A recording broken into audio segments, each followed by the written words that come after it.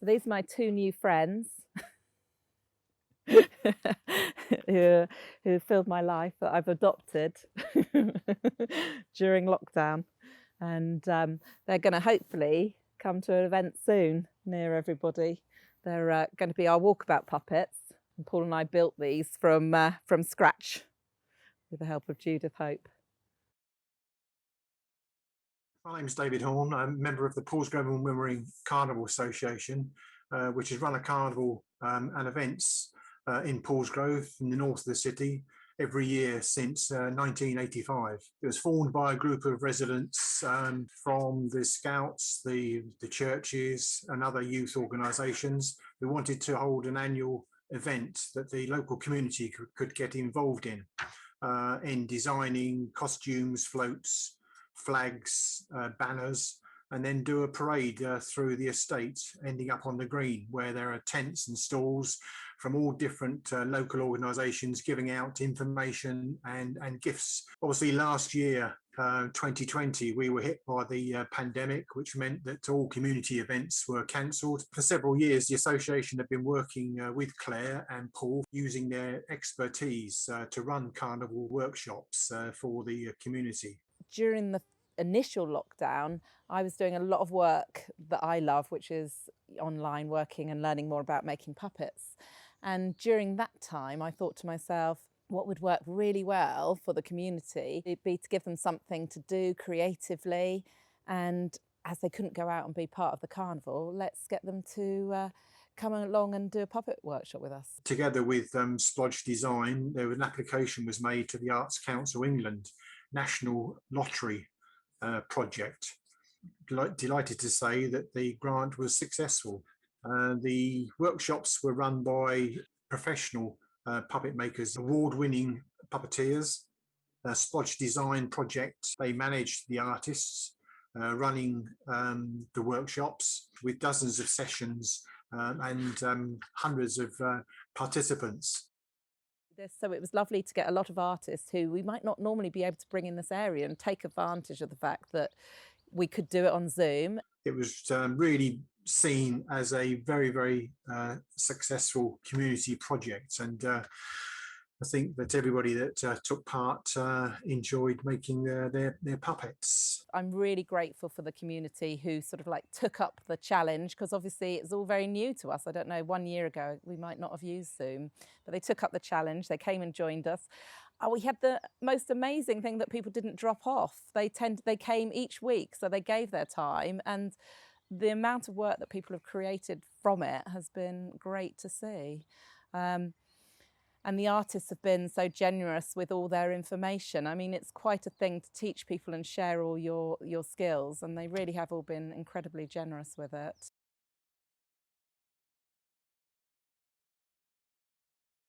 Tree in the sun. Tree in the sun.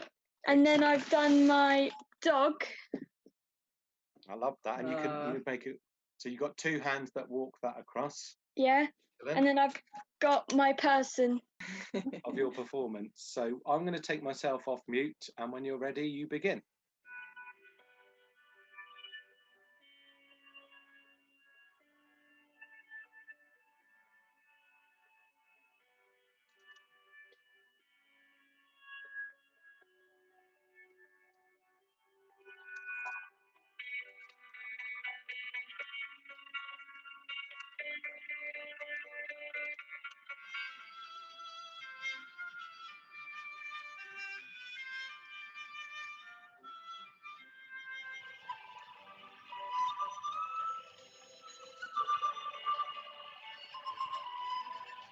The frog jumped onto the rabbit's back and quickly jumped onto the fox's back, and the fox ran away. Oh, that was amazing. Well done. Hello, my name's Jim Parkin. I am a professional plasticine player, and I've joined Puppets with Paulsgrove to run a series of amazing workshops, kind of showcasing the simplicity and the joy of playing with clay, but also how to create your own characters and how to make armatures and sculpts and bring them to life through the medium of animation. Working with puppets in Paulsgrove has been absolutely fantastic. I've met a really great range of people, and be it a 1 hour model making course where we make a bunny, for instance, or a 10-week course with grown-ups and taking them through the process of from sketch to screen has been really inspiring. So we all start off with a similar brief, and where people go, nobody knows. And at the end of it, we've ended up with some incredible sculpts, some incredible characters, and I've made some new friends and inspired, hopefully, some future animators as well. Different films, different techniques and styles. Some are 2D, some are 3D, some are involving puppetry, some involving sets, some involving the most amazing sculptures as well. And it's really inspiring for me as a professional maker to share with groups my passion, but also to get inspired by new and fresh creatives as well. So it's been a tremendous learning experience for me, and it's been really lovely to get that feedback from the groups as well. To your hands, and you can there's lots of different ways of doing this. I'm just going to make a simple paddle, hold my character in place again, and bring the wire up to the shoulder, and then back down to the leg. That's okay. So yeah, so what I would do is with your legs, if you twist where you want the ankle to be first. So can you see on here that I've got on mine? Oh yeah, yeah. So twist there and start to twist up, just a loose twist for the moment to work out where you want them to go. And then as you work your way up, you'll see them kind of start to come together. So a character like this one would have been made in a very similar fashion. So this is a henchman rabbit, quite flat on the side. But these hench rabbits, we had about 40 of these all running, and they were the henchmen of Blitzen, the evil reindeer, voiced by Steve Coogan. It's lovely. I love it. I love the fact it's quite flat. If I can pull the head off, you can see it's a very simple wire armature. Yeah, we watched loads of Trapdoor after last week's session. Because your fingers really mostly move in that direction. There's less sideways movement. I can still move my fingers from side to side, but they're naturally going to want to bend. So how are people's puppets progressing? You were talking about a cat with a very large head. So spotlight you, Amber. Yeah, no, don't. No, I'm going to. No, I basically haven't actually ever needle felted before, but I'm very much enjoying it. Only one stabbing incident so far, and it wasn't bad. But no, I'm just going to show the head because it looks ridiculous against the body. But I'm just going to try and build it up because it's just very flat. And then it's got this bulb on the back that I'm trying to build up. I don't really know what, I'm just this is how I learn stuff, basically, trial and error. You see?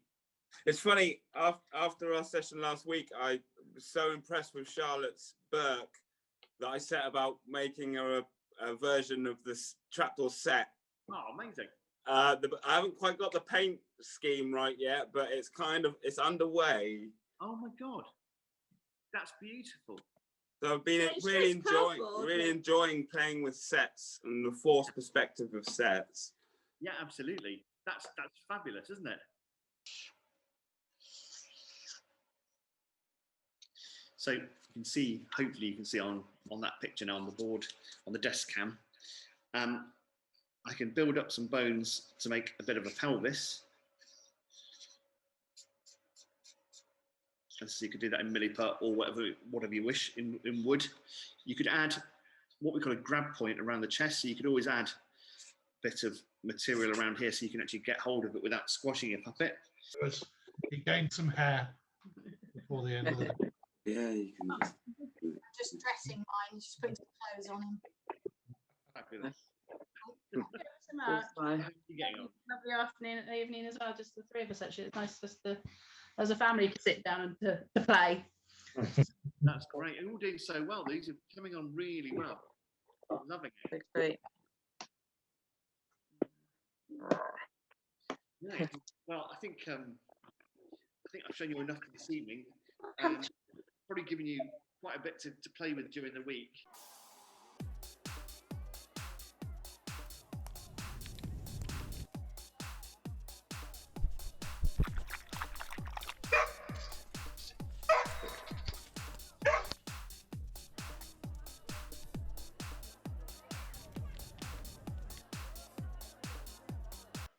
But it's actually pressed out the shape of the hand.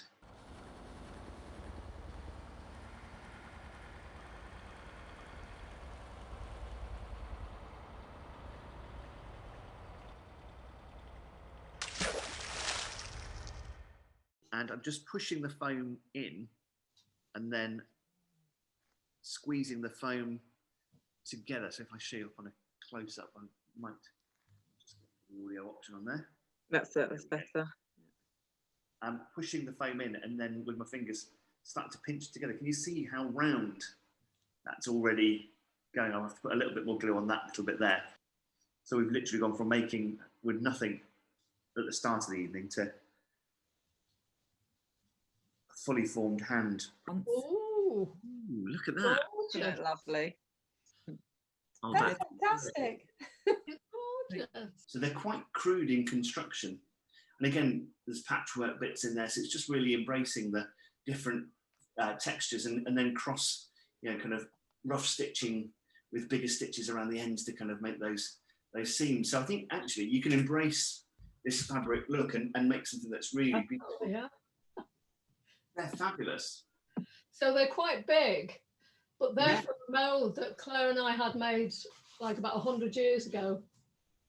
And I've made them in various different media. Yeah. But I'm now thinking, your methods are so good, I could probably do that bigger thing. Yeah. A lot simpler and quicker.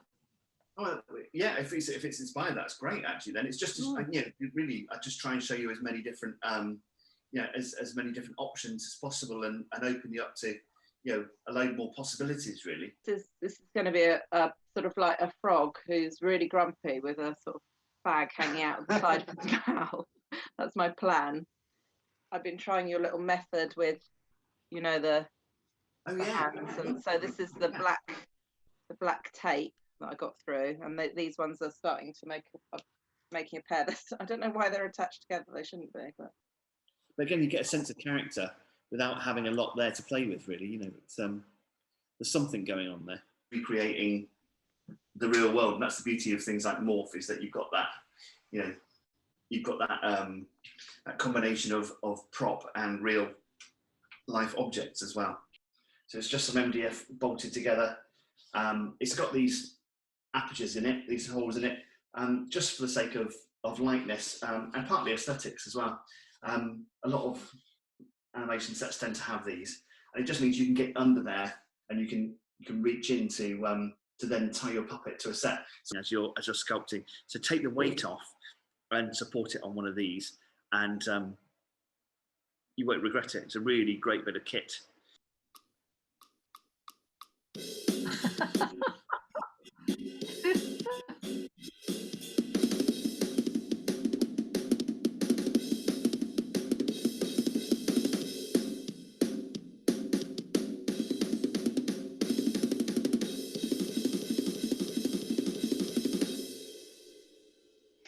But if you see in the background, there's a very distraught Red Riding Hood. Now she sees the wolves. So that's my next plan, is to make Red Riding Hood.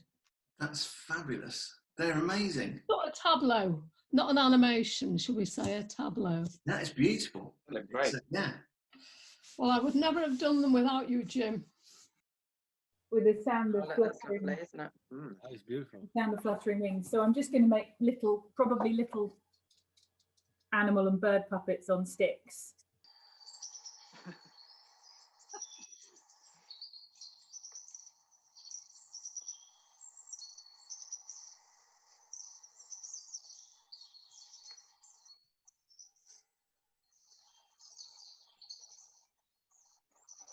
Oh.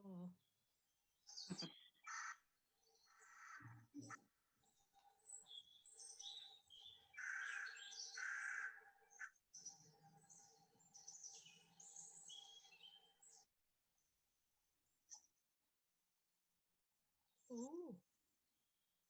Oh my God.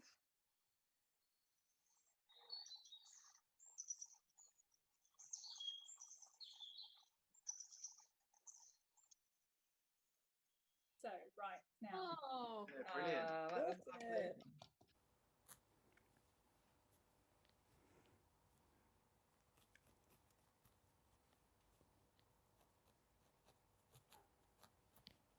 You can see it's just little, that's what shapes it, is the little stabbing mode. But because this is going on the frame, I have to make sure it's flat. It's really given me something to do each week and to keep myself occupied. I've thoroughly enjoyed it. I'd seen it on one of the ladies on the course. She'd done a Cheshire cat or a ginger cat, and it looked interesting, and I thought, oh, I'd like to try that, so I tried it. It just depends. I think if you're doing a character, you can make it any character you like, but if you're going to be doing something like the Maltese poodle, that took me maybe 4 hours.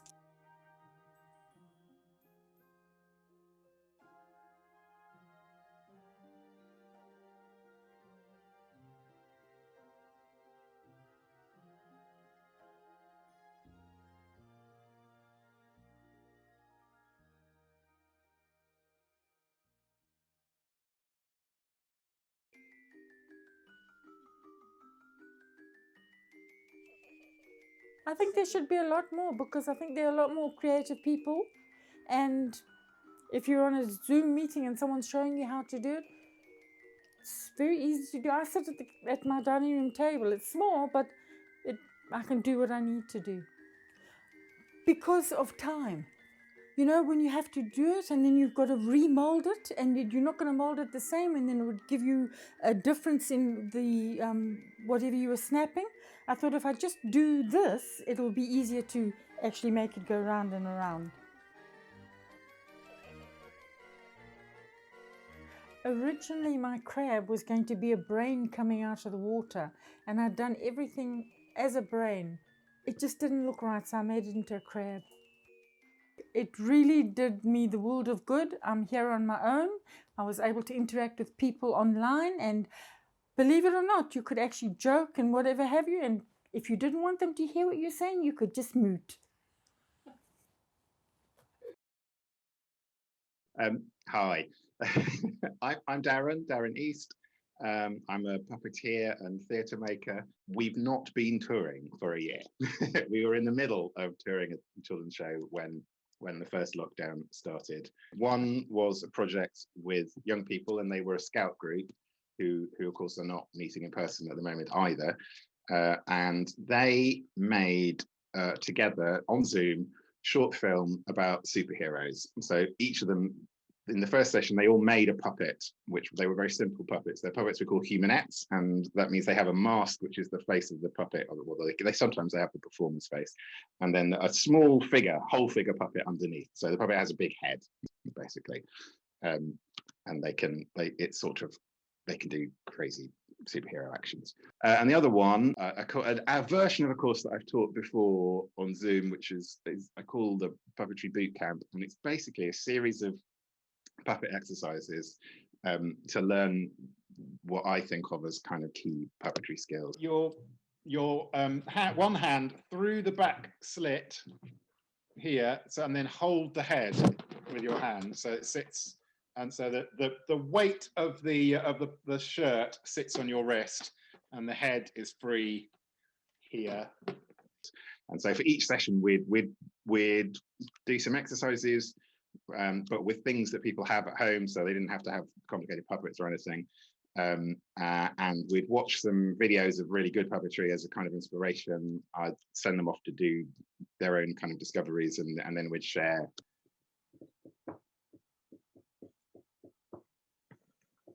It's so much about the kind of rhythm, and if we do have the internet lag monster lurking, it's going to be really hard. This game. It's always fun talking about puppets. Getting people to do it. It's kind of my favourite thing.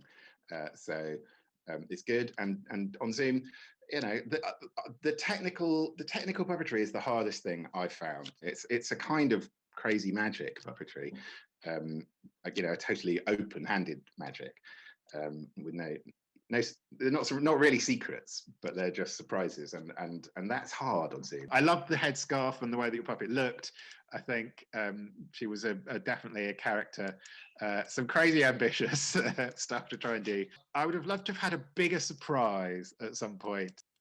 It was all really interestingly well done. What if something had gone wrong? What if, well, I don't know. But yes, a lovely character and some really good poetry. Your eye stuff, following what she was really good at the kind of looking where she was looking and leading what she's doing. It's all great. Yeah, you just want to breathe into it a tiny bit. Great stuff.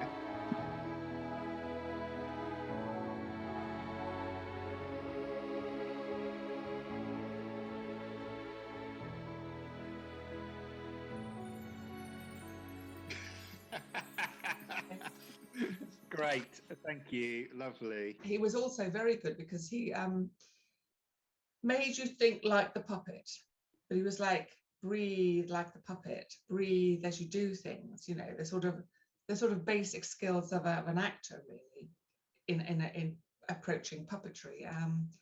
And that was good. And that guy always had something critical to say about what you were doing, but it was constructive criticism, so that next time you would know. Yeah, it's very useful. Yeah. I know some children have found, because this time round with lockdown, they've been on Zoom more with schools and things, I think, in general than before. And I was hoping that the kind of Zoom fatigue hadn't totally set in, but I think the tone was good. It was great. I mean, so Claire and Kate, who runs the Scout group, were really helpful in kind of just making sure that everyone felt like it was. This is not like school. We had a baddie in the film who was who turned out to be the internet lag monster.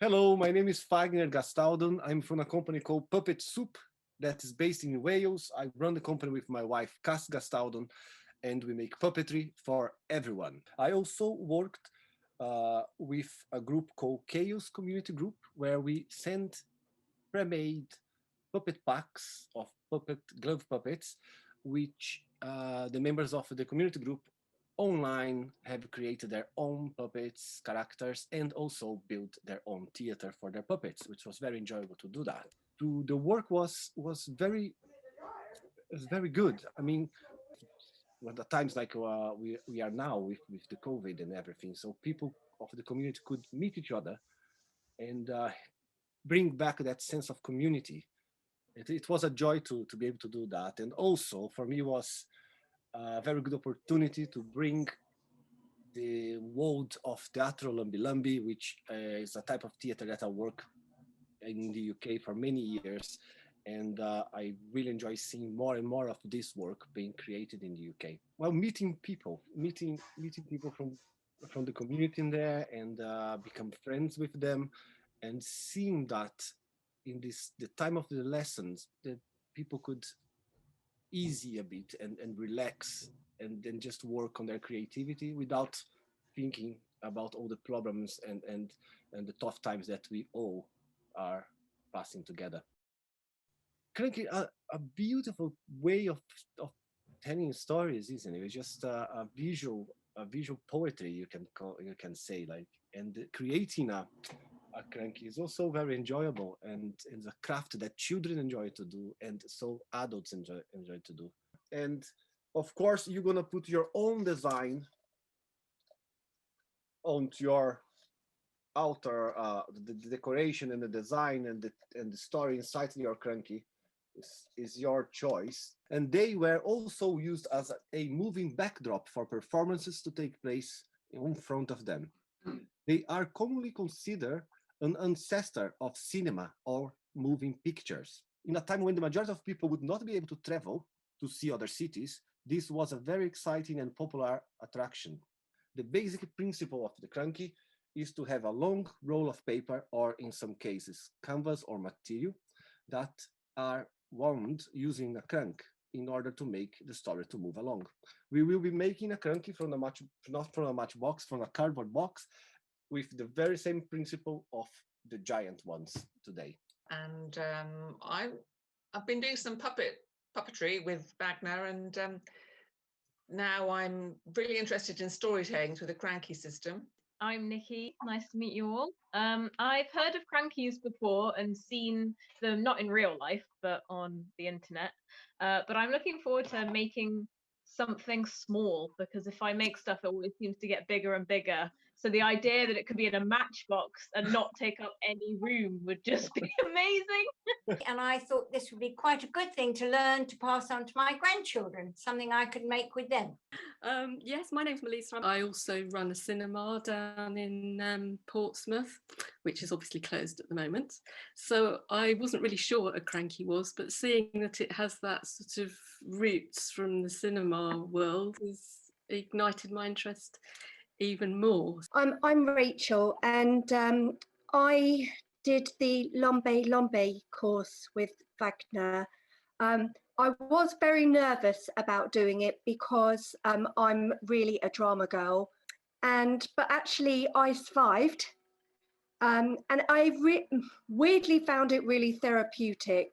I sort of have got my own unique skills that sort of helped me through and got me through that course, and it was just really nice to do something other than what I'm trained to do. Hello, I'm a bit of a cuckoo. I've just joined now. I've seen crankies actually, but I didn't know that that's what they were called. But I'm really excited at the thought of making something, a little world that's contained in a little space. Yeah, I've got some experience of crankies in that I've seen some of the ones Claire has made close up, and I'm looking forward to making my own one over the course. I'm Ben, this is Dan. We have never met any crankies before, and looking forward to creating our own crankies, and they look really cool. To be honest, no, not at all. Amber's actually, she's not giving me too much detail, so I actually don't know anything about what this course is or what we're doing here today. What's going on here? Okay. It's Friday, I'm very enthusiastic, so I'm keen to get involved.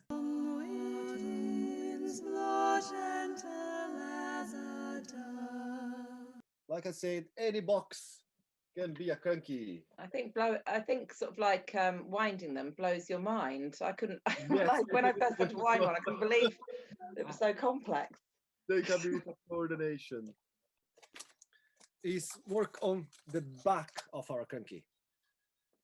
Okay, and then we're gonna, once the back's closed, we work on the controls, and then it's just about put together and share our stories.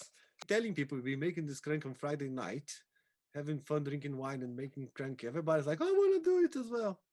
It can become a popular thing, isn't it? Yeah, it's a really nice way to spend a Friday. Well, when the pub's not open, yes, yeah.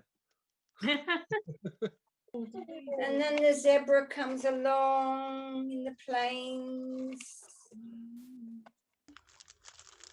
Sitting on the seafront with their engines. piping. No. They're eating their sandwiches, they're eating their fish and chips, they're doing whatever. And we're trying to get some fresh air, and they've got their engine running. Who's one of my favourite people when I was younger. I used to read this to my sister as well. So this is the book. You see that? Put your computer a little bit lower, close a little bit. No, the other way. There. Perfect. Yeah.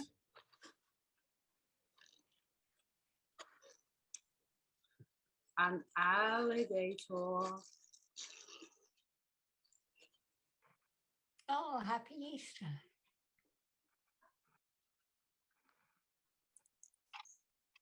A year later, we moved in together in Osborne Road. And it started to grow and a little bit of sun. And then there was life. Hopefully, going to go for a walk. And it's all at his level. Okay, he's going past the lamppost. And it's home time for him. This lady is really getting in the spirit, and she's having a, what did I write? Straight down the hatchet. Downing a drink, and then dancing the night away. And that was the, but I've got many more.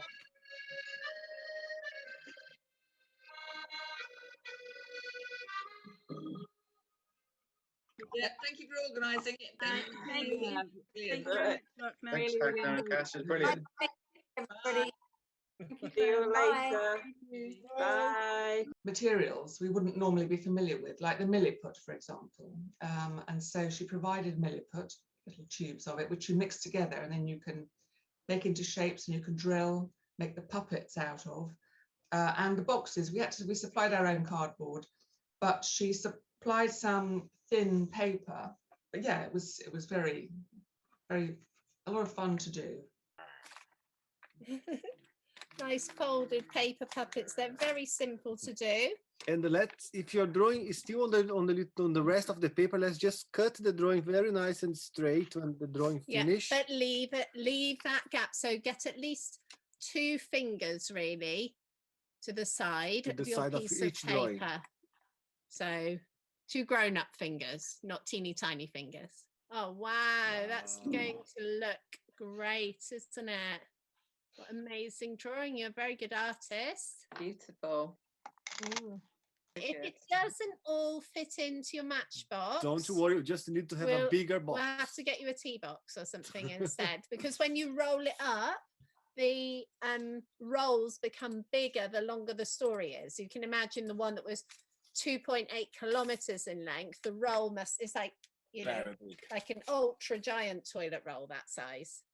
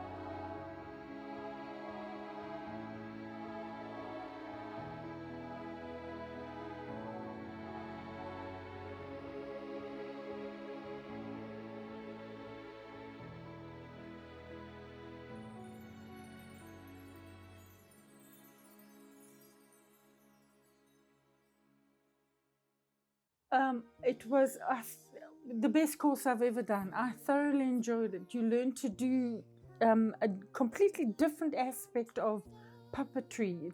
It was done in a box. You had to think inside the box, not outside the box. You had to think inside the box. And I liked it because it just gave you a different way of doing things. And what was your story about for your particular theatre? Mine was about finding love in a jungle. And the city that I had behind the scene was the little cat tried to find love and then couldn't find love, so closed up and moved on. I didn't think it would be. I thought it would be a sterile environment. You know, you're looking at someone on a screen, YouTube, but it wasn't. You actually interacted with the person who was giving you the course and with the other people around. It was really good.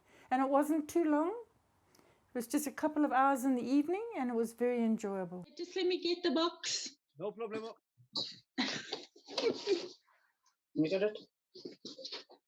Wow. Sounds like you've been busy. I did learn a lot, and I now know why you make a prototype, because when you make mistakes, you can not do it for your next one. Right. It will be singing, and it's got movable eyes, so it does jump around. Okay, like a speech bubble. Wow. Which I can hide behind here, which is when I realized why you need a backstage.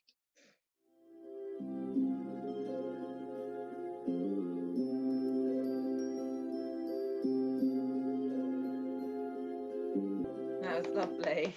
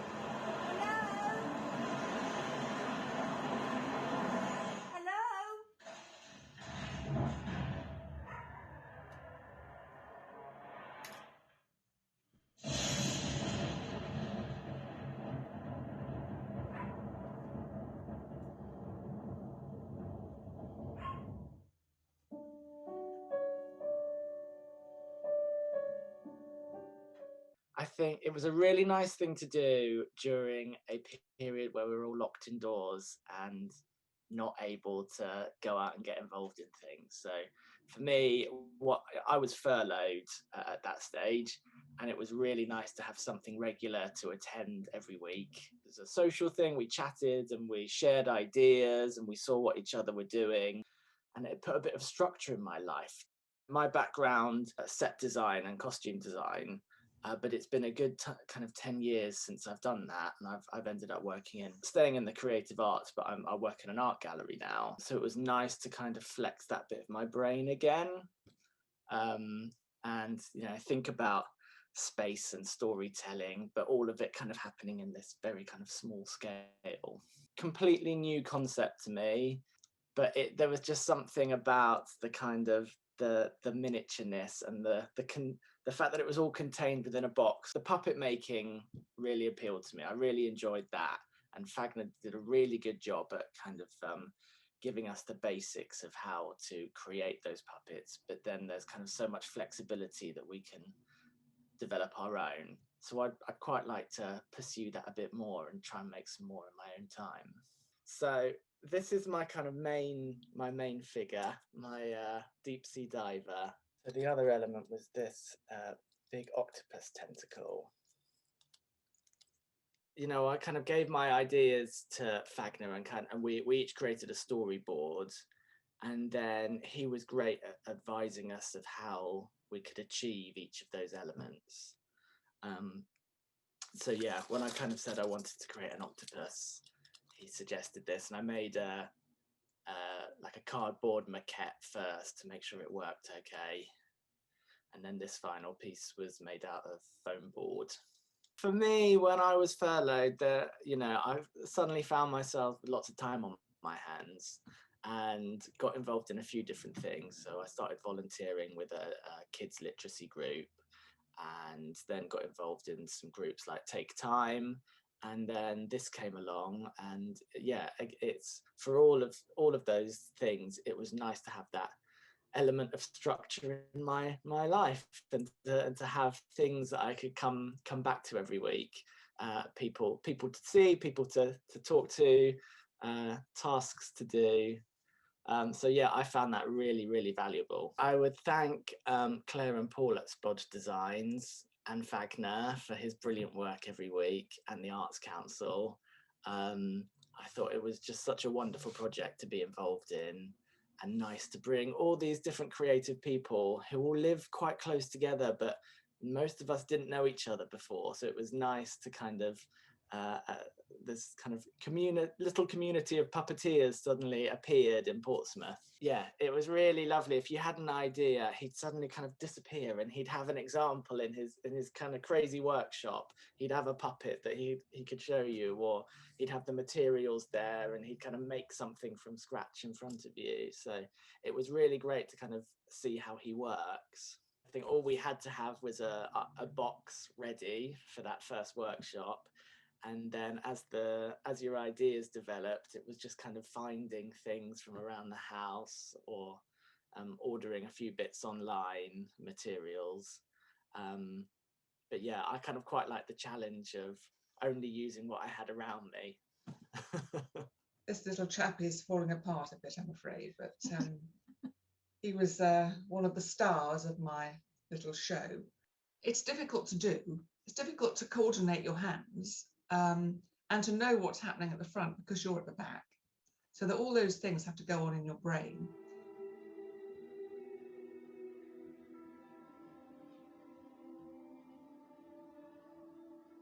And it has helped me because I'm involved in the local amateur dramatic theatre. So I will be incorporating puppets into my shows in future. But yeah, my butterfly comes along and it flies. And that's the end of my story.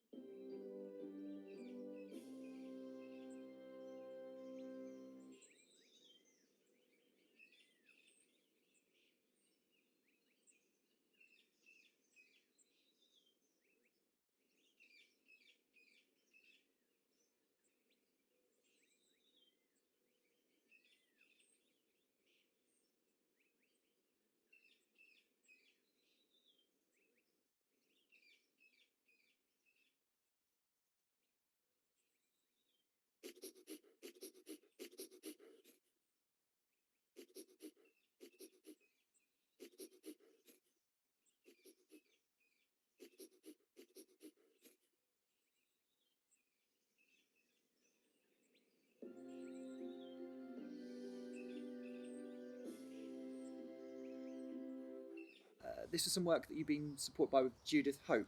That's right. Judith was our sort of consultant mentor during this. I had done one of her lovely Zoom workshops, And as part of this project with the Arts Council, I wanted to partly get my own professional development going as well. And so together with Paul, I designed and created these two. And we used to meet with Judith on Zoom and we'd say, can you help us? Do you know how we do this and do that, and show her our progress? Not totally finished yet because we haven't put his head. We've got some little jiggery pokery to do on the back of the head, but he's like got all his little legs and everything. My name's Judith Hope. I'm a puppet maker, and I've been working with Claire and Paul over the last few months, mentoring them and assisting with the build of their walkabout puppet. So we've talked about different ways to construct the puppet, use of different materials and different techniques which would aid movement in the puppet, and also aesthetics to make it look as great as possible. I may sort of like add some fur to the knees. Little head is, I think, when he sort of like goes along, it's going to be quite nice. We've got the sticks for the hands, and the hands have a little hoop in the middle of them, or a little wire hoop that we can clip onto on the big and the small one. So, oh, that's a nice, like. It's gorgeous. We're going to put some material around this pipe so that won't clunk so much. If he moves his head much more. They're amazing. We still haven't totally decided on where the hands are going to go, but we're thinking on that one. Ears or something. They're quite cheeky characters. So it's, you know, it's, I've never used the upholstery foam before. I've never used warbler before. I've never used the styrofoam before. So I've used tubes, but so it's been really nice, sort of like, maybe if we were sitting on our own, rather than doing the things that were slightly new and a bit more challenging, we would have gone down our normal route where we'd use like fiberglass rod and blah, blah, blah. So we would have probably done that. So, yeah. Yeah. Well, considering you hadn't used those materials, then you've done extra well, I think. So, yeah, we've liked that. So now I think we would go on and use them again, and we'd know. Great. Mine is called Four Walls, and I thought it'd be nice while we were in lockdown to do a project about being in lockdown that was a bit positive. And it's done from my front window, and it's at the beginning of lockdown it was really, really negative and everything, and the rainbow came in, and then I put dinosaurs and toys in my front garden, plastic ones, and the children were playing with them, and the only bit of puppetry in there, and I'm useless at it by the looks of it, was actually a child playing with a dinosaur puppet, because actually it was a tiger, but it's too small. So I love Lego and I love felt, so everything is done in that. But I tried, and I've enjoyed it, and it's something I'll treasure, so thank you very much. I think it's lovely. I think it's very emotional. Yeah, isn't it? Hairs on the back of the neck. Yeah, I'm crying. Yeah, you can do. I was well enough. That is brilliantly executed. I think you summarised the last 12 months basically, just in a box. It's beautiful.